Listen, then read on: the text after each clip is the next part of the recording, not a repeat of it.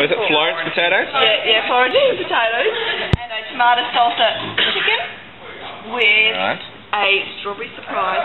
And this is the strawberry surprise. What are you naming your dish today? Tomato salsa chicken. Beautiful. Tomato salsa chicken. There we go, ladies and gentlemen. Crystal, we're working on a dessert here. What are we actually looking at?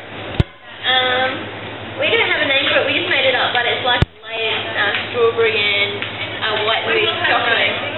Yeah, layered in a cup. Layered in a cup. So at the moment we've got cream. Cream sitting there in the bowl with some strawberry Milky Bar white chocolate, and this is the famous utensil used by many Australians for the last 100 or so years. As long as we've had electricity, the blender.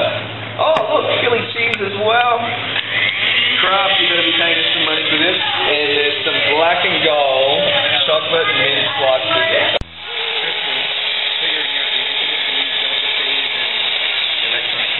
Of the blender. Now, that was a drip test right there. Successfully. Now is that strawberry? Yeah. Very nice. As you can see over on her far bench.